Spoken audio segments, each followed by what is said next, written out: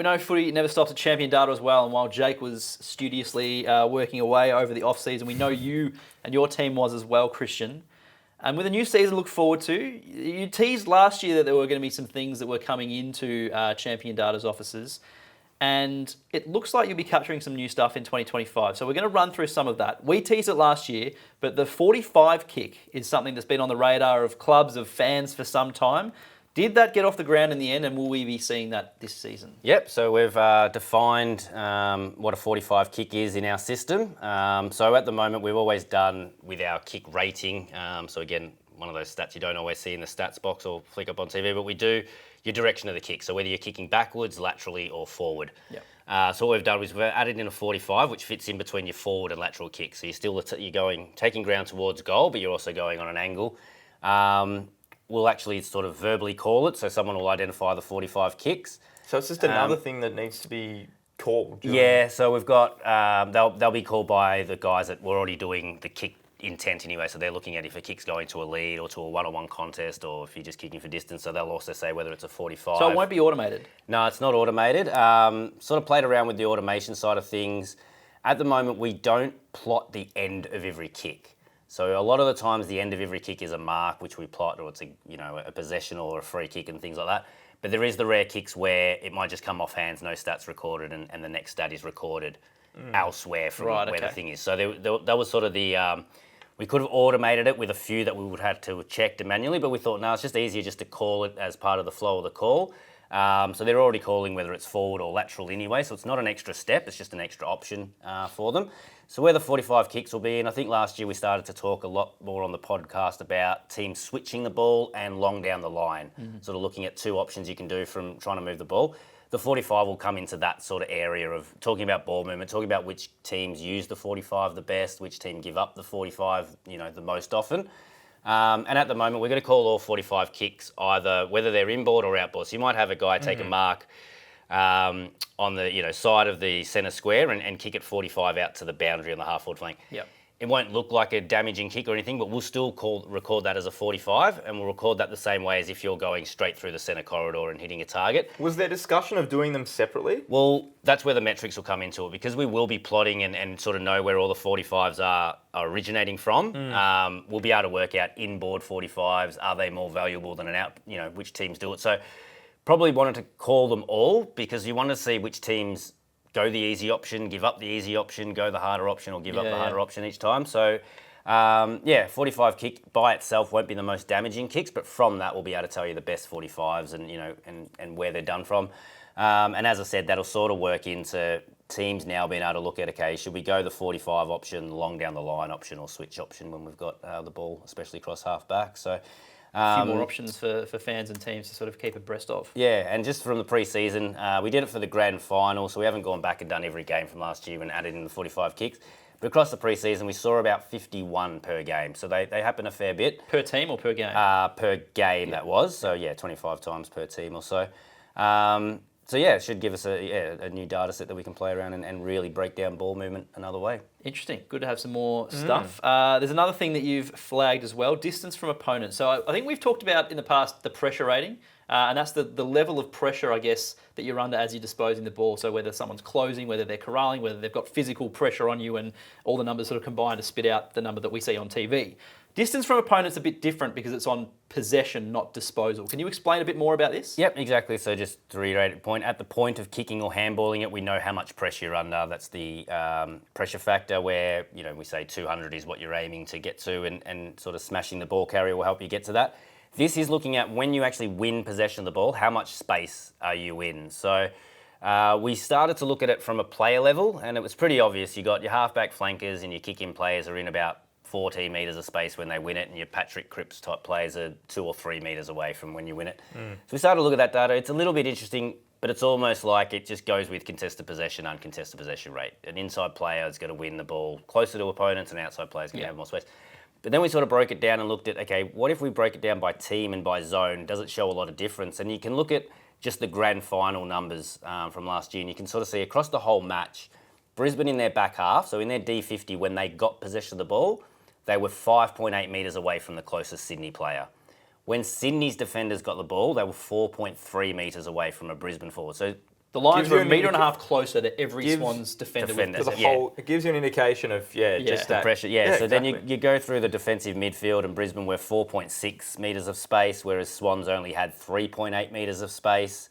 And then you look at the second quarter where Brisbane really put their foot down, D50, they had 8 metres of space when they won the ball with their backline. So that gave them time and opportunity to really set it up, and a lot of their scores came from that zone. It's always hard to know how much of that is work rate versus structure. Yeah, well, again, some teams will roll back, but I think in the grand final, it was both teams are trying to press up, both teams are trying to put pressure on.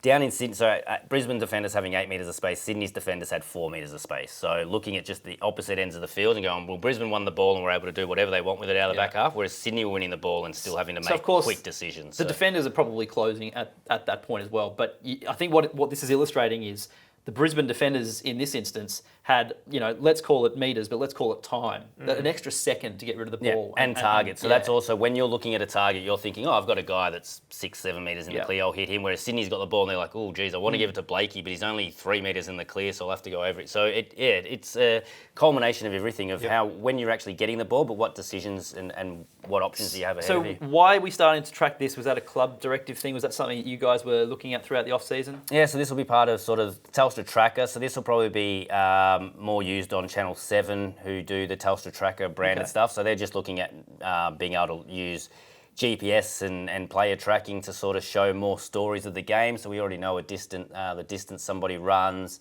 Last year, one of the new things we got up was just your deepest forward and deepest back, so you can see who's playing closer to goal across both teams. So this is the first sort of, one of it is what we're sort of calling pressure on possession or space on possession. Yeah. Another one that we're looking at with the tracking numbers that we've got here is inside 50 presence and D50 presence, which will be another Telstra Tracker thing that you might see on Channel 7. And what that does is it just strips down and looks at if a certain player was inside the forward 50 when the ball entered, how often that team scored versus when they weren't in there. Right. So again, taking some examples from the grand final, Joe Danaher, when Brisbane entered the forward 50 and he was in there, so whether he was the target or just whether he was inside the forward 50, they would score 65% of the time. They had almost as many entries that they went in that he wasn't in there and he wasn't present in there. They only scored from 37% of those entries. So you don't put it all on Joe Danaher. You don't say... I mean, a lot of it could be luck, but he might be the target that has 2 players on him and someone's left free. Of course. And when you a dummy lead and that goes to Kai Loman or whatever it might be. And when you're looking at 4 games in a row, if Danaher's continually, his percentage when he's in there is higher than when he's not in there, you know he's a more damaging player. I think I flipped it around, Hipwood might have been 2% lower. So they actually scored more when he wasn't in there versus when he was. So it can just make it look like which forward is going to be more obvious. So what are you saying about Eric Hipwood? Oh, just a stat that I came inside across. 50 presence, so we'll see that Channel 7 potentially as well? Yeah, hopefully. And look at it from the defensive 50 point of view as well. So Lewis Malikan's probably the Sydney one. 34 times Brisbane went in there when he wasn't in the 450. So from their 34 entries, they scored 15 times, so almost at 50%. Yep. When he got that the wrong way around. So just under 50% of the time they scored when he was in there. Yep, gotcha. When he wasn't in there, which was 16 entries, they scored 11 times. So almost at a 75% rate when Lewis Malikan wasn't in defence for the Swans. So again, not a huge name, but it makes you just dig a little bit further and go, is he playing the anchor role? So one match might not make a trend, but if you look at that and see, as you say, over maybe 3 or 4 matches, you're seeing that kind of thing. A couple of numbers off the top of my head. I think Ugle-Hagan and Norton had very different numbers last year. I think Ugle-Hagan was a little bit more valuable in the forward 50, and then we saw Norton playing a lot more across half forward and being that set-up player anyway. So it'll give you a sort of a good sort of idea of what's happening when a guy's in the forward line compared to not. It's always good to have more stuff. Yeah, I mean, and the stuff that comes out of calling the game or watching the game with your mates as well. I mean, some of the things that you talk about with your friends, Essendon, they move the ball fast, speed of ball movement. Is that something you're probably looking at getting so that's the next one. On? Yep, so we've looked at speed of ball movement. Still a work in progress to figure out probably sort of the number we use on it. So what it is it's a relative speed of ball movement. So what we're looking at is we're just going to measure you versus the rest of the competition. So the early one, again, we sort of murking around with the numbers. So we're looking at 100 being the average. So if every team moved the ball at 100 ball movement or whatever, 100 points worth of ball movement. If you're over, you might move the ball at 120 points of ball movement, or if you're under, it's 80. So what that looks at is your time in possession So how long you have the ball for, and then how you use it and where it goes. So Yeah. if you're holding onto the ball for quite a while and kicking it sideways, Yeah.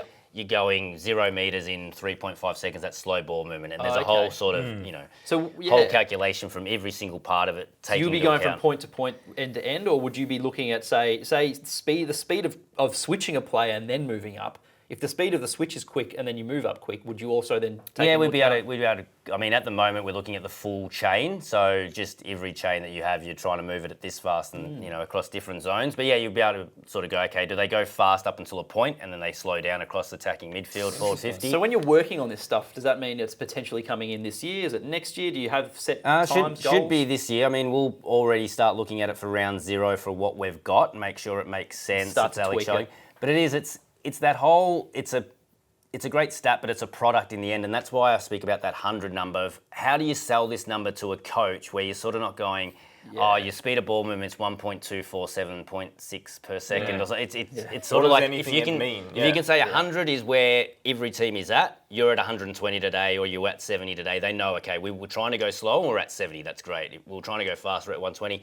So that's probably what we're playing around with. How do we actually get the data and the numbers into a translatable sort of coaching tool, commentary tool that it's easy to sort of sell across. So, that's sort of already being tracked, but we just haven't got an actual, ratings and rankings of all the teams yet out of it all.